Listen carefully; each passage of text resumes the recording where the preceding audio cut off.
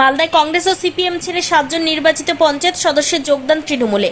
দক্ষিণ মালদা কালিয়াচক 1 নম্বর ব্লকের কংগ্রেস ও সিপিএম ছেড়ে 7 জন নির্বাচিত পঞ্চায়েত সদস্য যোগ দিলেন তৃণমূলে।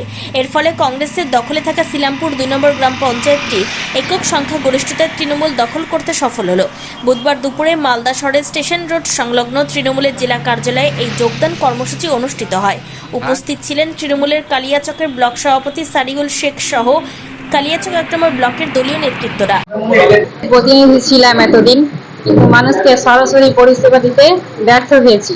করেছি তবুও অল্প, কিন্তু মানুষের স্বার্থেই কাজ করতে চাই।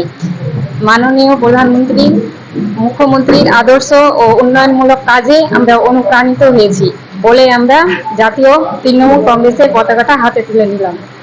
আজকে কংগ্রেস থেকে 6 জন, সিপিএম থেকে 1 জন এবং যারা কয়েকজন আছে ফোন করেছিল, ওরা মানে কাজ আছে বলে আসতে পারেনি, পরে ওরা যোগদান করে নিবে।